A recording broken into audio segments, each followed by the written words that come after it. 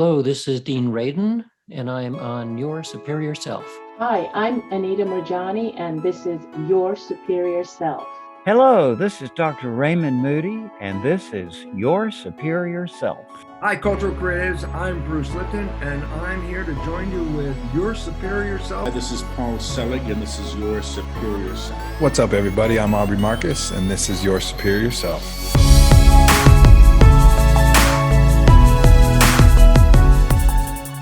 This is Cyndi Dale, and this is Your Superior Self. Cyndi Dale, one of my favorite people in the entire world. Cyndi, thank you so much for joining us again. Oh, I feel like I'm turning as pink or red as my shirt. So thank you. That's a real honor. I have to say this, right? So last time you were on the show, and I'm wearing blue because of the last conversation, maybe it was on our conversation, maybe it was off the air. We talked about the possibilities of me having a book, and you had some insight of me talking to a group of people about something. I don't know what it was. Maybe it was my book, and that I would be nervous, and it just led me down this great inspirational picture of me doing this. So like a month ago, I'm actually giving a talk at work, not about the book, just kind of like at work. I'm wearing a blue sweater. I'm like sitting there talking in front of people, maybe like a group of 10 to 15. And in the middle of my talk, I'm, just talking to them, giving them advice about things, nothing in particular. I have this memory of Cyndi Dale saying, "You'll be speaking in front of people in a blue shirt." I look down, I'm wearing my blue V-neck sweater. I'm like, oh my God. Like, I hope this is what she wasn't talking about. I hope this is something different.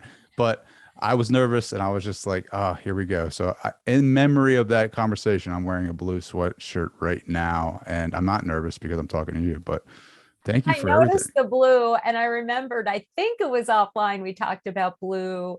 You have a gift of blue. That's if we're going to talk weird language, that's the fifth chakra. That's about communication. That's one of the colors of people gifted in communication. I mean, obviously, look at what you're doing right now. You're interviewing. You have this amazing podcast, and I really get that same sense again, just sort of that path beckoning you and you walking on it, speaking, teaching, helping. I mean, I think you've got a healing heart, actually. It doesn't mean hands-on, it means inspirational. That's the word that pops to me today. Yeah, there's a lot of things going on recently that I've really been taking notice of, a lot of synchronicities that have been popping up that are kind of like the universe trying to get my attention. And it's pretty common when I see it, numbers, series of numbers, patterns of numbers that are just popping up. And it's not by chance. It's not something that, I just now recognize it. It's something that is forcefully in my face every time I glance up. So the universe is working with me. I feel like there's energy changing. I feel like my energy is changing dramatically, listening to your work. I see that you're increasing your speaking appearances. You've got a lot of things going on right now. I know your son has baseball, but outside of that, you are doing a lot of activities. I'm doing a lot of talking, writing more books, like that's really needed in the world. But I'm doing it anyway. Yeah. And what's interesting for me on my path is I've been a single mom for a long, long time for both my sons and a foster daughter and many, many animals. At one point I had 3 kids, 5 animals, and a very small house. I still have a very small house, but it's okay, because the number of beings in here is shrunk. So I can move in it, et cetera. But I decided years ago that I didn't really want to, kind of like, whatever the word is, kind of like really show my face that much in the world. I certainly didn't want to travel too much. I wanted to raise my kids. And as soon as my youngest went off to college, the speaking engagements really started to come in. And he's pretty much cooked now. Like, they're never really cooked. They leave home, but they come home constantly anyway, which is heartwarming. But it really did, all my teaching, especially like through the Shift Network, really picked up, sort of as my youngest, was able to fly more. So I do believe the universe has a plan, leads us. I know looking back, sometimes I wasn't so happy with what appeared around me. I was like, well, how come I don't have this? Or how come I have to do this? Or where's my chef? Where's my maid? Where's the this or whatever it is that we fantasize about in, the head. But I know, this, Trey, and you live like this, and you're going to be sharing this. I'm cheating a little bit. It's about being where you are, and the universe comes to you if you hold your heart in that place of, some form of positivity, some form of, I think it has to be spiritual positivity, not just like the fake bliss, not just I'm going to spiritually bypass, but in a way that makes it real, and you live it with actions too. Yeah. You have to do the action. Like you have to take care of that seed that you plant, right? Whatever that may be, whether that seed is a huge dream or a book or a talk or something like that. Like you just have to put in the work to actually, maintain that. And what I found for myself in writing my manuscript, is being grateful for things, even like the bad stuff in my life. I am grateful for that because I'm here. I'm stronger for that. Like I look back, I don't even recognize that person that I was. I mean, it's evolution of consciousness in its finest. What about you? Like, have you found that to be true for yourself? Absolutely. And that's where it's helpful for me to take a look back and go, wow, that big boulder in the road. Oh, that was the best thing. I got to sit on it for a while. I got to sit in the sun, or I went around it. And because I went around it, this happened. It's just that human way that I think we all have of struggling. It's sort of like the spoiled brat part of all of us. I have that goes, well, I want it now, or this isn't what I want. I want this instead.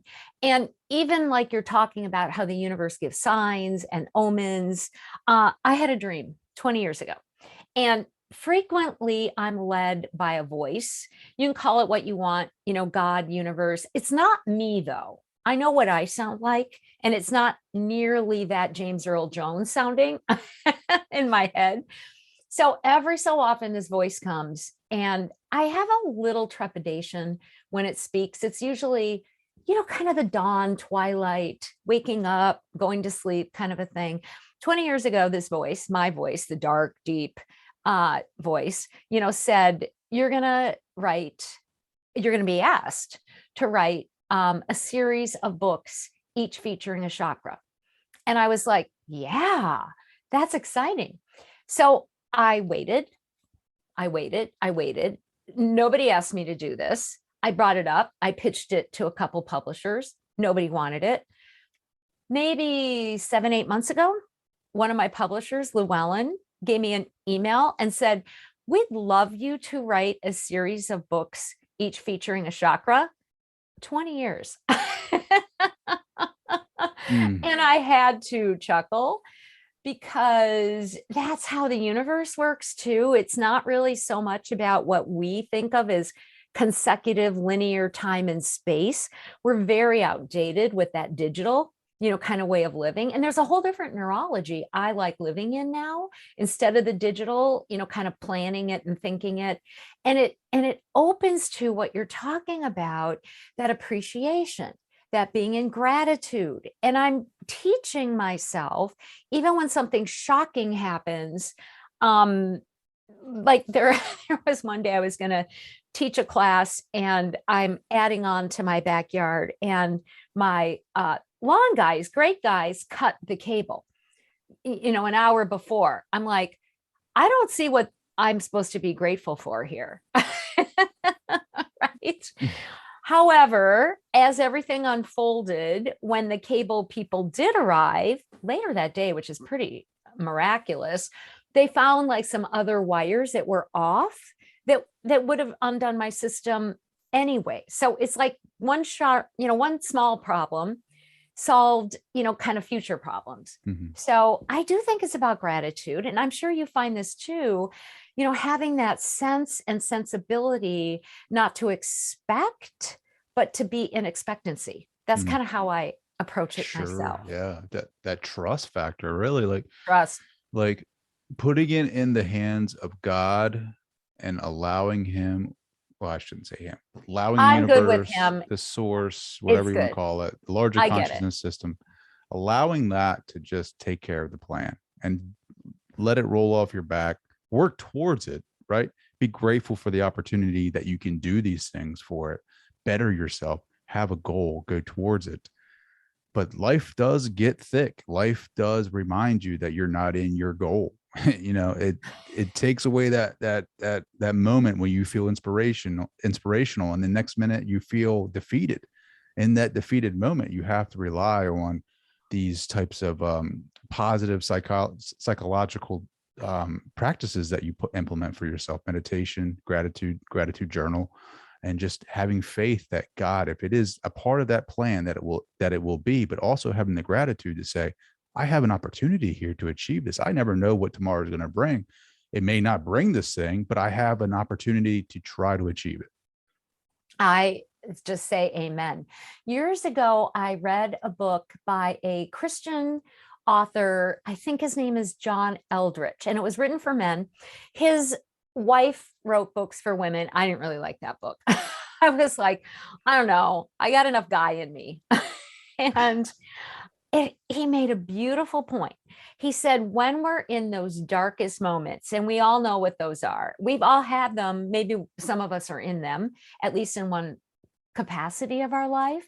He said, those are the ones you want to give praise, you want to sing about, because he said, that's where your resistance to God is the thinnest. Like, think about it. When I'm happy, and I'm happy a lot of the time, it's not bliss. It's sort of a nice, oh, it's good, chill, kind of good feeling. But when I'm in that super happy, love the feeling, like going there, I'm not really asking for anything. I'm not seeking, I'm not exploring as much. I'm not saying, hey, God, can you get a little closer to me or show me how to get closer? Can you help me with this? And I remember when my sons were growing up, when everything was good, and it's still sort of like this sometimes, when it's good, when it's even, they're on their own. They're like, don't bug me, mom.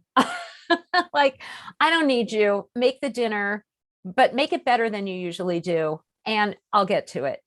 But it's when they had a need or a question or something going on, it's kind of when they most let me in. Certainly also to celebrate, which is a lovely part of life. But I think we're like that with Source. I think we're like that with the universe too. Mhm. So it's not that easy. I know you know this, to appreciate the darkness, or the dark moments. But there are also the times where my muscles build, my spiritual muscles, my soul gets stronger. And I can certainly relate to people, to all my clients. There's not much they can bring up. And I hear a lot of really challenging stuff that I have not gone through. But I can relate to the feelings of it. There's a lot of hardships. I would never tell somebody, just try to be happy in the middle of that, or when you're processing. In fact, when I'm writing my books, a lot of times my editors take out the most challenging and the kind of most horrifying of the stories of my clients, because they say that's not even believable.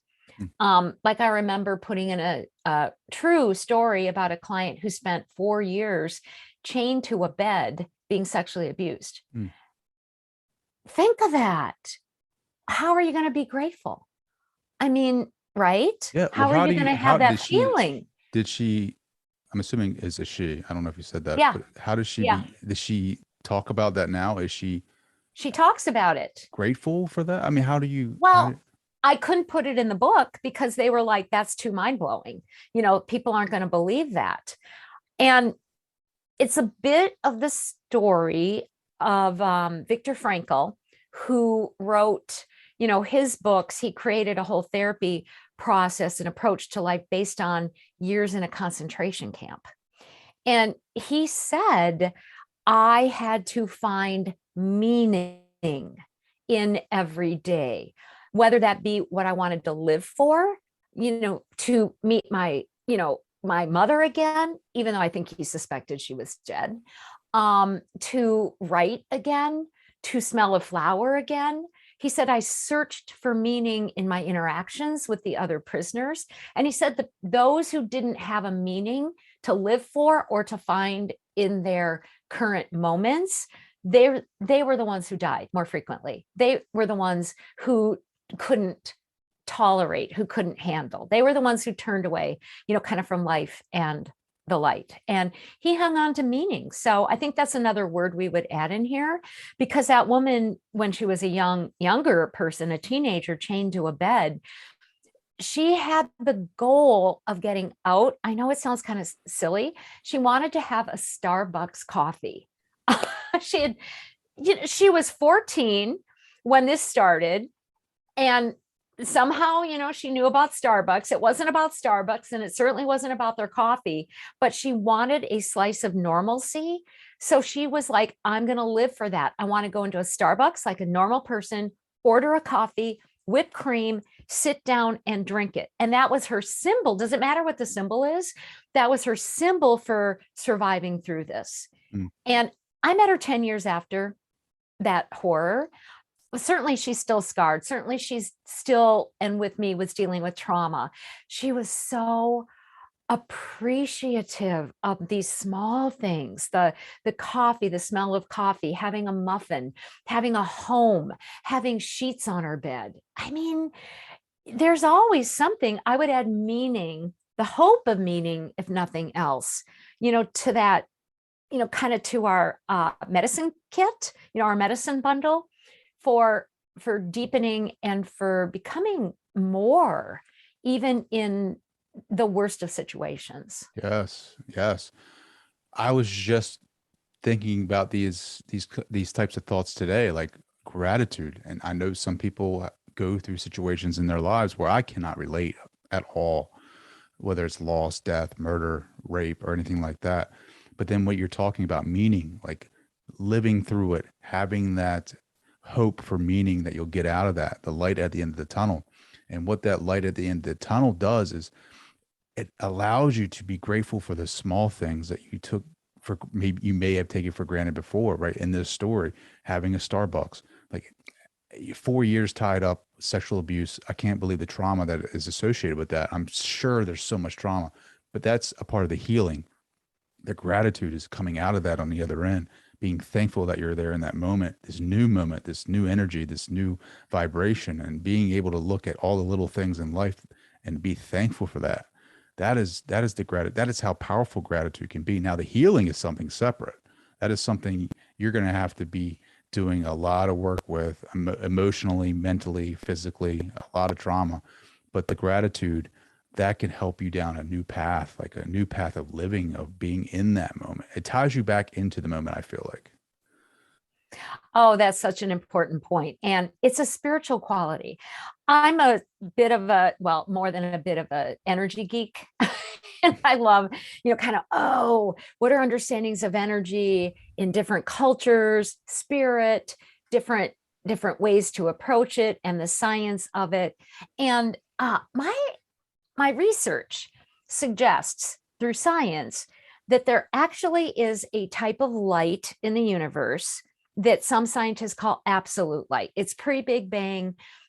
It's in these very still sort of curly cues of light in the universe that don't budge, and everything else is moving, kind of forward.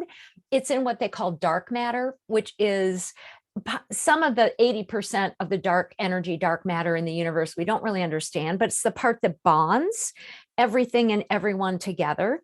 And all of those and more energies seem to be composed of a type of light that create no darkness. So when you're talking about gratitude, when we're talking about meaning, we're talking about sometimes just simple perseverance can be an enormously intelligent approach to life, and a spiritual one. I think we're talking about the existence of a spiritual light. You can use the word spiritual light. You can say absolute light, some kind of light I think most of us feel that's not somewhere else. It's not at the other end of the rainbow. It's not when we're dead. It's not just when we're dead. Like, it's here. And gratitude is a tool. It's a hallway to bring that into now. And it is key to transforming. Like you said, healing can be a really, healing's ongoing. It's not so easy. I remember years and years ago after I started therapy, and I was dealing with, my own family system stuff, alcoholism, sexual abuse, this and that. I talk about this stuff so lightly now, and I listen to myself and I go, you couldn't have said that like with no charge, 20, 30 years ago. It's part of the story. And I weirdly know that it is part of what created me. I would never wish it on anybody, but it's part of it. When I started, I got so depressed. I think for 3 months, all I did, I barely dragged myself to college, to classes, and I baked bread. I don't think the loaves, most of the time the bread ended up like an inch high, and I'd still eat it. I'd put butter on it and I'd eat it. And I was like, why do I even want to deal with this stuff? I'm more miserable than when I avoided it. Yet, here's that component. We also, I think, have an inner, psyche, our soul, that butterfly self that wants to get out of wherever we're trapped. Will keep struggling, dealing with things in order to emerge. And then we get to fly. Doesn't mean it's easy. There's a lot of wind out there when we're flying around too, right? There's things that want to eat us, but we have to do that. And I remember what I was grateful for during those depressed months was, bread, butter. There's always something, right? Absolutely. Well, I think a lot of people could get confused with gratitude, because it doesn't mean the healing's done.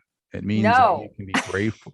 Like, just because I'm grateful for that thing that happened doesn't mean that I'm okay that I did, but I am working on myself, and I'm okay. I'm not okay. How do I want to word this so it's not like take your people. time. It's interesting. I'm grateful for the fact that I can look back at that moment of trauma or something in my life that I consider very traumatic and hurtful, but I can look back at it now, and I'm grateful that I can have a different perspective, right? But doesn't mean that I'm fully healed from that. So there's it's different. It is separate. They're different paths. And that's so important to point out, that they unify, right? There's crossovers. Feeling grateful, being grateful, cultivating grateful doesn't cancel out the need to keep healing. And healing is going to go better for the gratitude also.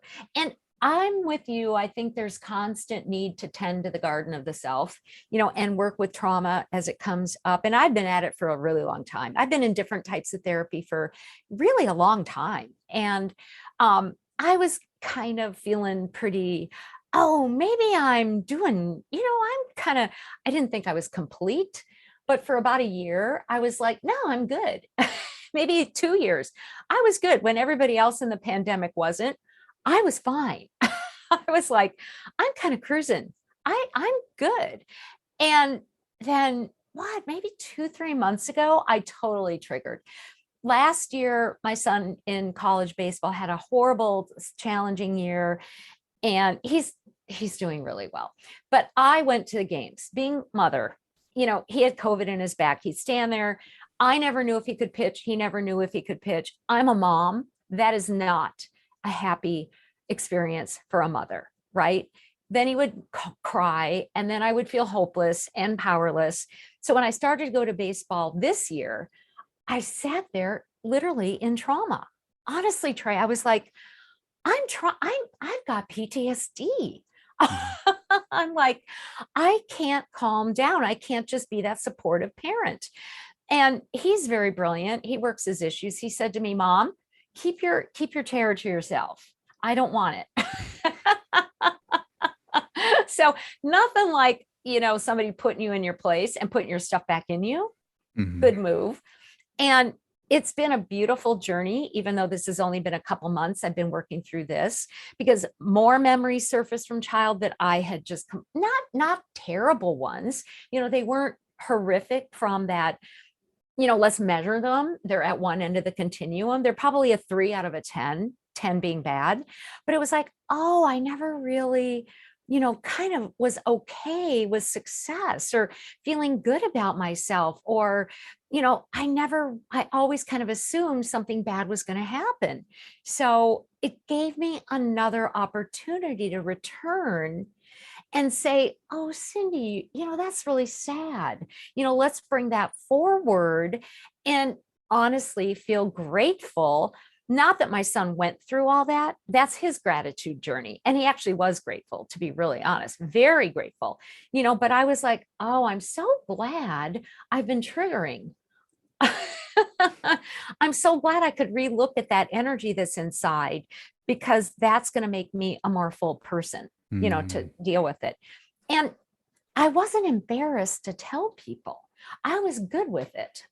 And, I teach and I write books. And I think there's certain times in our life where we reach a certain pinnacle, you know what I mean? And I'm not up there, but I'm where I am. And I'm like, I had no embarrassment about just being human.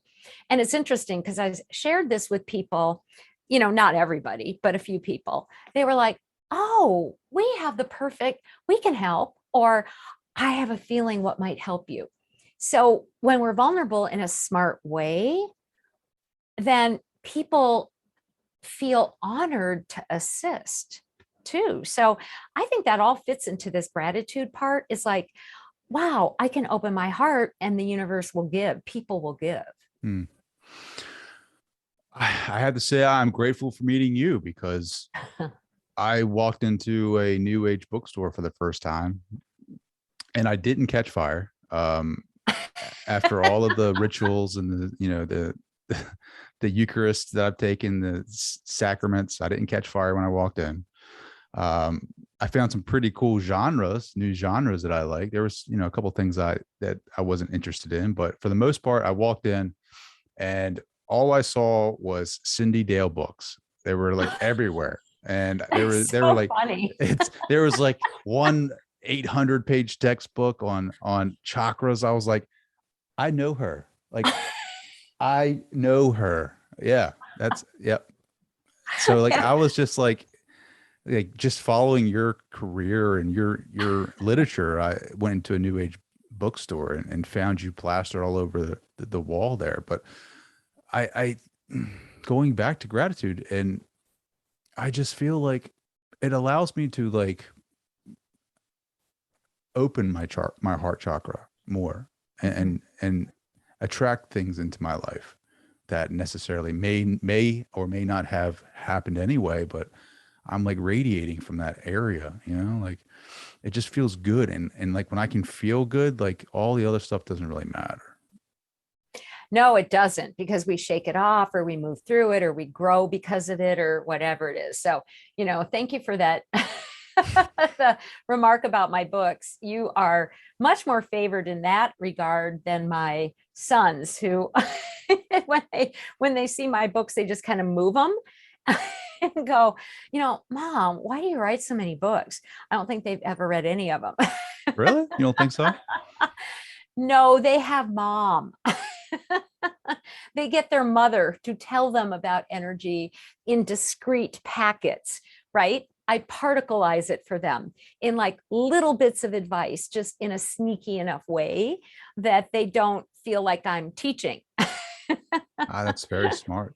How do you have these conversations with them, right? Like being an intuitive, having these downloads or having this knowledge about chakras. Like, Gabe is a baseball player, and you are, I don't know if we can mention it or not about sports, what you got going on there, but yeah, sure we can. I think it is so smart of you to be pursuing this subject of energy in sports, because it's never talked about. It's never looked at.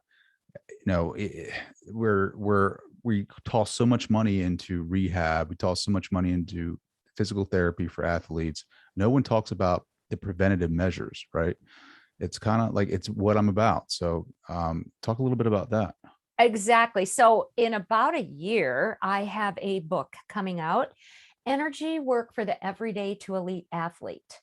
I am so pumped about this book. And my publisher it's Llewellyn. So it's a, kind of a new age consciousness firm. They don't do sports book. And they're like, this is really unique. This is really going to help people, whether they're day walkers, right? Weekend warriors, that college professional athlete, or they're done, with a particular part of their athletic career. And it's like, how do I repackage or birth myself?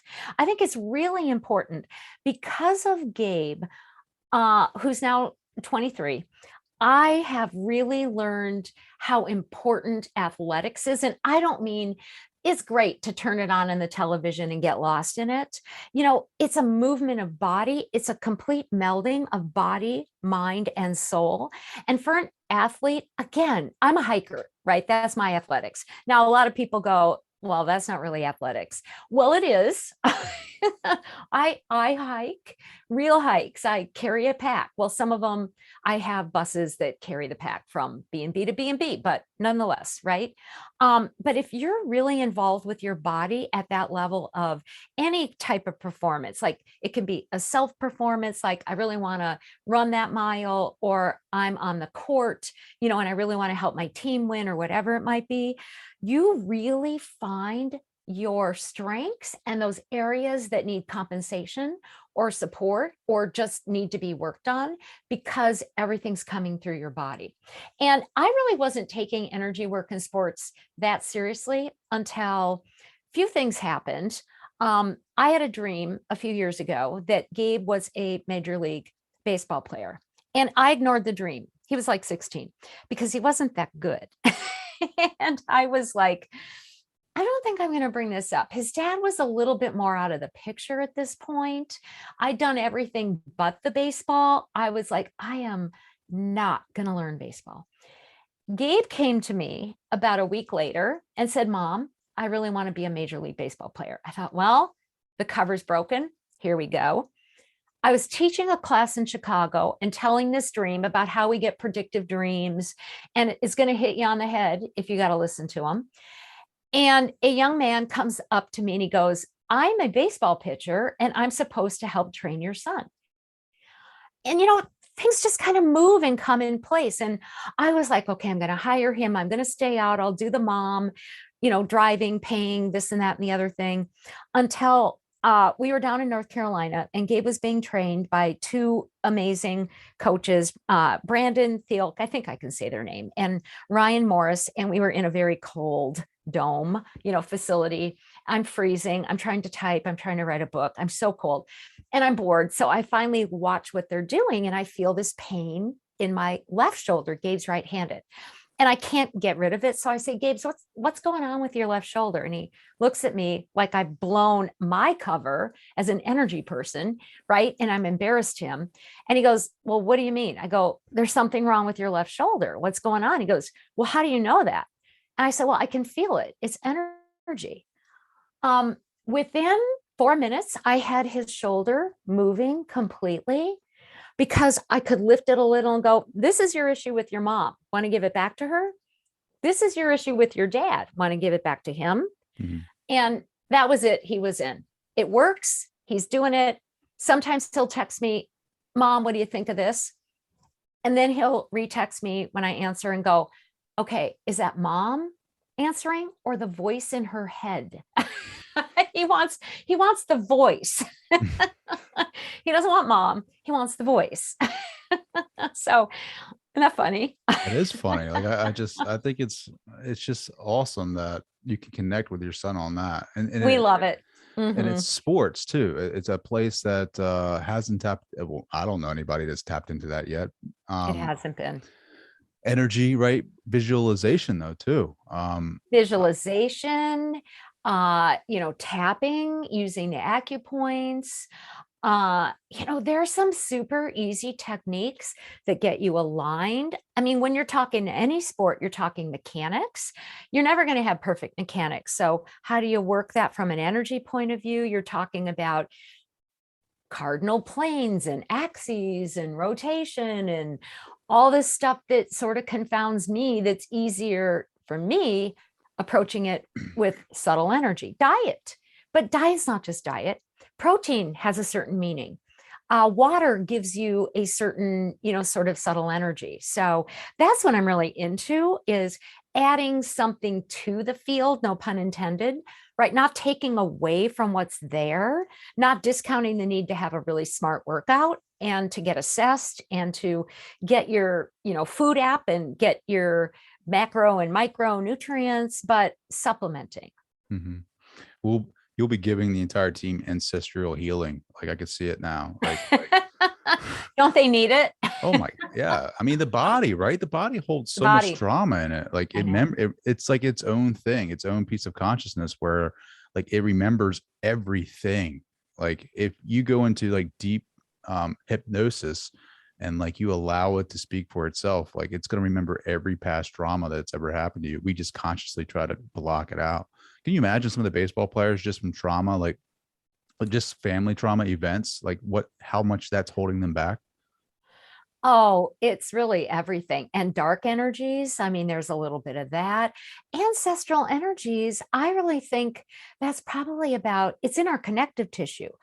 Ancestors' memories, we have 14 generations of them chemically around our genetics.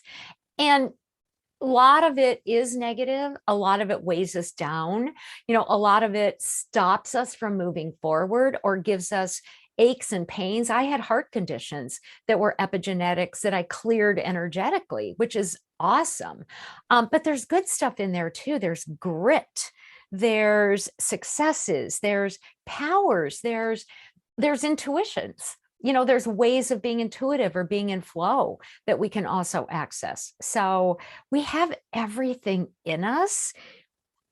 It is on us to become aware of it and to sort it to the best of our abilities. I heard someone say, I listened to, I don't know if your son would be into this, but Mulligan's Brothers, which is a YouTube channel, and you might like it. I listen to it every day for motivation, but it's like a list of speakers, and it's nothing but motivational music, motivational speakers like Wayne Dyer, The Rock, people like that are on there just talking. And I think it was Wayne Dyer was on there. He was like, everything that you need to be successful is already in you. You just need to learn how to, access that. That could be, amen. Like amen. That's as simple as that. I think it's that simple. You open it up, and then because of the way energy works, I mean, we're mainly subtle energy, 99.999% of us.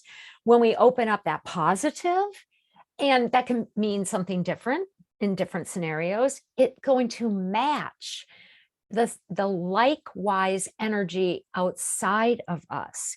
So I have a friend, his name's Michael Scroggins. He's way too smart for me. He has 18, 19, 20, I don't know how many advanced degrees. I was on Coast to Coast one time. It's a nighttime show, and I was talking, and a few years ago, he sent me an email the next day, and he goes, "You almost understand energy, but let me teach you the rest." Right? So he's still teaching me, and I am getting him to write his own book on how the universe really works. It's fascinating. And his modeling of how we manifest, all right, which works similarly to healing, is here I am, here's my body, and everything I need is inside of me.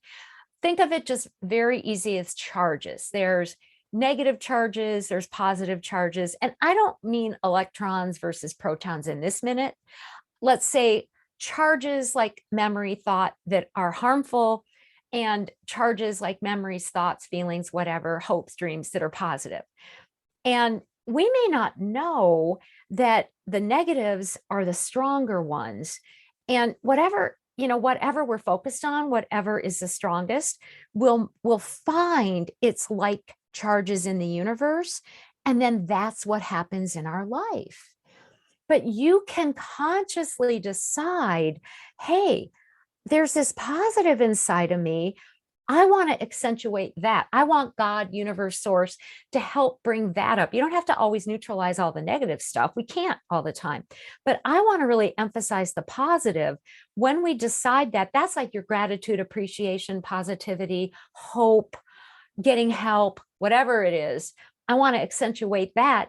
That also matches what's outside. And when you have something outside match with what's inside, guess what?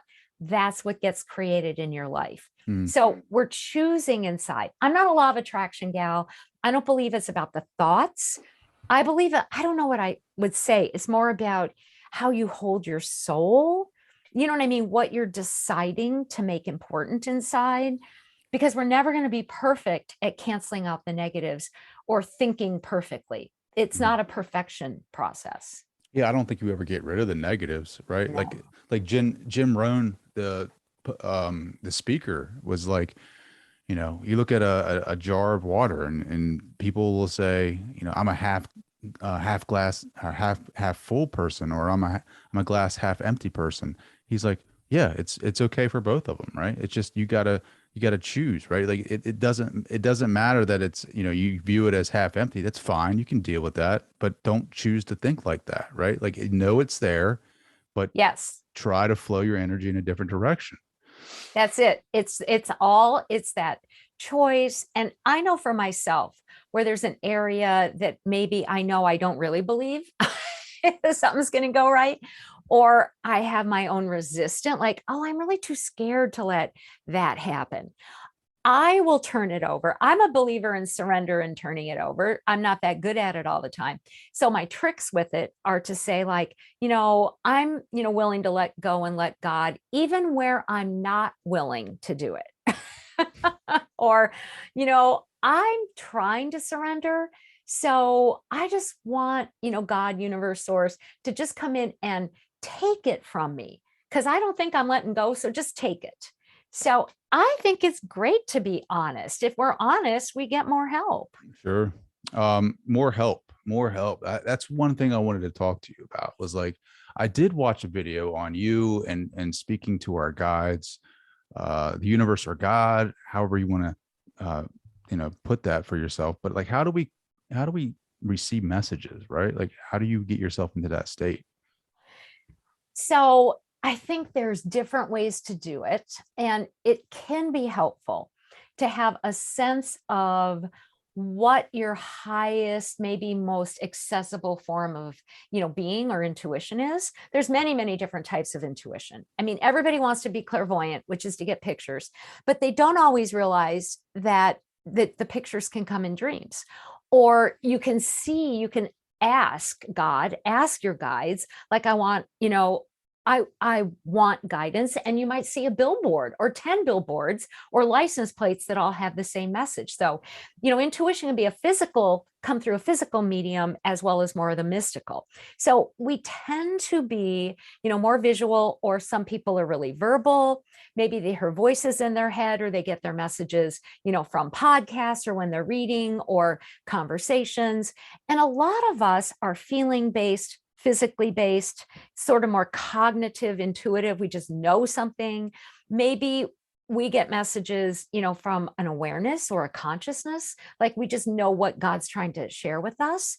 So sometimes we get the messages just plain from the environment, from, you know, what bird floats, you know, kind of by when we're thinking about something. So first get a sense of, are you more, you know, kind of physical, emotional, you know, a little bit more gut or mental, more spiritual, maybe more verbal, maybe more visual, what, you know, kind of floats your boat.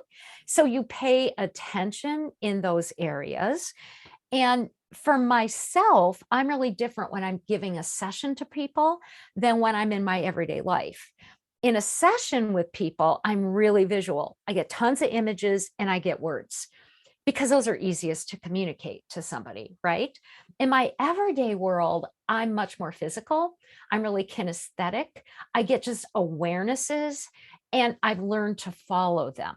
And when the universe isn't getting through to me, I literally will get things falling over, you know, the deer running across my car, and I know what that means. I'll get very, very environmental, physical senses, you know, from outside or from inside of myself. So I think you just need to be aware. If there's something and I feel really blocked, I'll just sit down, you know, I'll directly go to God. I like to go to God and then let God assign the teams to help me. It's just faster, and you can trust what you're getting. And I'll just say, you know, I need guidance within 3 days, or whatever it is. Usually you're not going to get it in 5 minutes, so be realistic. I need guidance within 3 days or within a week. I need to know this. And it comes. It will be obvious, because I also tell God, you know me better than I know myself, and you know how stubborn I am. So get the message across. 3 years ago, my mother died, and it was a beautiful death process, to be honest. And she died on a Tuesday. I was there with my oldest son when she was passing. My mother was very sneaky because I knew she didn't want to die when my sisters were there, and they had been 24/7.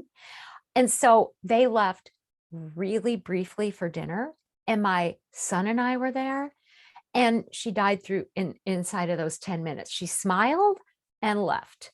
We were kind of like little kids. We were like, I said, do you think she's dead? I think she stopped breathing. He goes, well, I think she stopped breathing. I said, well, take her pulse. He picked up her, wrist. I said, well, does she have a pulse? He goes, I don't know what an old person's pulse feels like. So, but after she was leaving, I asked her departing spirit, I said, will you come and give me a sign that you're okay? Next night, a Wednesday night, I'm teaching, and I'm sitting, you don't know it, but I'm in a basement and with a lot of lights. And over there is a room with tons of books. So I'm teaching, and the door's shut. The dogs are upstairs. Nobody else is home. And all of a sudden I hear these noises in the back room. So when we take a break in the teaching, there's 2 books out of thousands that have fallen off the shelves. 2 books. I have thousands of books. One was Edgar Cayce, Life After Life. Hello, Mom. The other was a book I didn't even know I owned. I swear I'd never seen it before. It was some bizarre book titled, well, that was weird, and I don't want to do it again. Basically, my mom's assessment looking back, okay, that was something else. I think I'm done. So, Wow. when you come from that good heart place and you turn it over, like, just get me a message, you'll get a message and you won't be able to avoid it. Oh yeah, absolutely. I get messages like when I get frustrated, Uh-huh. and I say, please, I need to know if I'm on my path. Like, and the next day something will happen that is just so out of the norm of things that happen, and then that you've been hurt. It's Well, that's the amazing. pinpoint. It's out of the norm. It's extra sensory. It's, paranormal. It's Mhm. beyond norm. Is there a way that you typically get your messages? I'm just curious.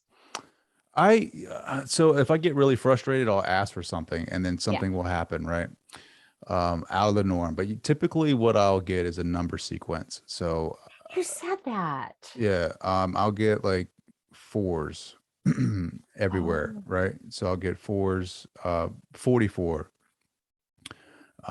It will be on license plates. It will be on billboards. It will be on my watch. I'll look down and it'll be like 8:44 every time, like every time. And it's like, it's so in my face that I can't say it's chance. It's not chance.